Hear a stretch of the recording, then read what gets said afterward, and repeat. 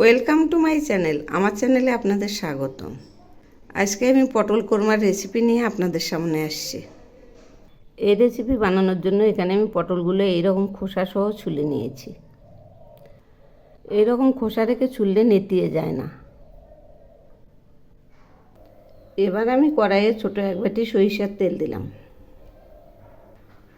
প্রথমে আমি পটলগুলো ভেজে নিচ্ছি। এখন আমি এই পটলগুলোতে দিচ্ছি অল্প পরিমাণ লবণ, একটু নেড়ে দিচ্ছি।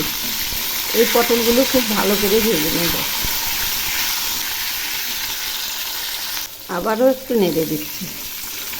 এগুলি আরও কিছুক্ষণ ভাজব। পটলগুলো ভাজা প্রায় হয়ে আসছে, আরও অল্প হবে। এবার আমি এগুলি সেঁকে নিচ্ছি।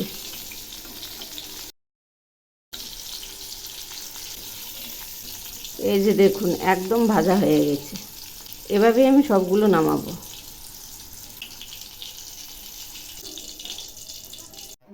এবার আমি ওর মধ্যে আর হাফ বাটি তেল দিলাম। এখন আমি কয়েক টুকরো আলু ভেজে নিচ্ছি। এর মধ্যেও একটু লবণ দিলাম। এই আলুগুলোও পটলের মতো করে ভেজে নেব। আলু ভাজাও হয়ে গেছে, এগুলিও নামিয়ে নিচ্ছি।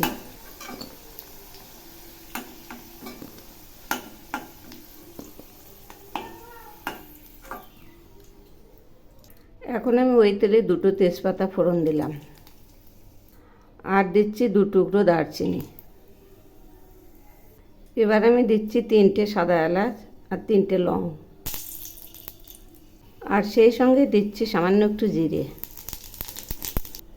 এখন আমি দিচ্ছি ছোটো এক বাটি টমেটো পেস্ট।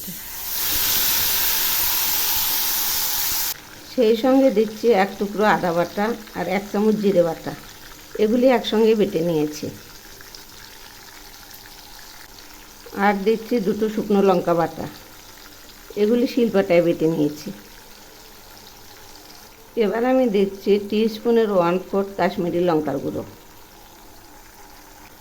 আর সেই সঙ্গে দিচ্ছি 1 চামচ ধনিয়া গুঁড়ো। আগে তো লবণ দেওয়াই আছে, তাই সামান্য একটু লবণ দিলাম। এখন আমি দিচ্ছি পরিমাণ মতো হলুদ। এবার আমি এই মশলাগুলো কষিয়ে নেব, খুব ভালো করে কষিয়ে নেব। আমি দিচ্ছি 7-8টা কাজু বাদাম বাটা।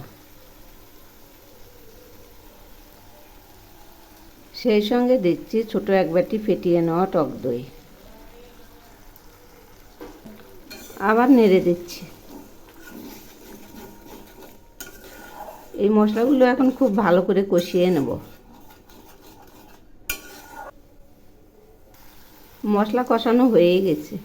এই যে দেখুন, মশলাগুলো থেকে তেল ছেড়েছে। আরও অল্প কষাবো। এখন আমি এর মধ্যে আলু আর পটলগুলো দিয়ে দিচ্ছি। আবারও একটু কষিয়ে নিচ্ছি।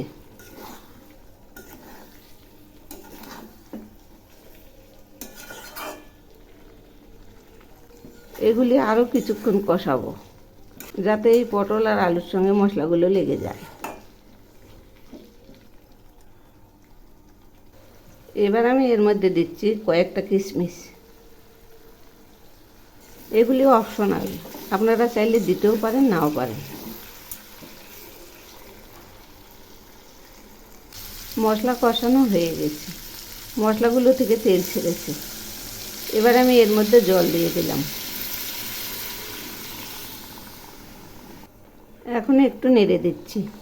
এগুলি আরও কিছুক্ষণ ফুটবে।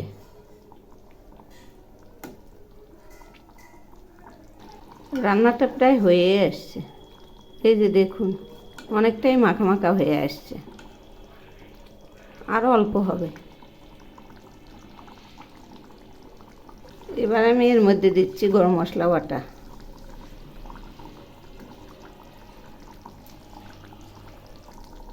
আর দিচ্ছি 1 চামচ ঘি। সব শেষে আমি দিচ্ছি হাফ চামচ চিনি।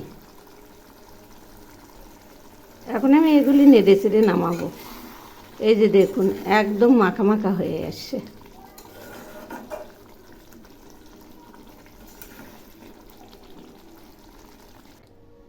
এই যে রান্নাটা নামাচ্ছি, দেখুন কত সুন্দর হয়েছে।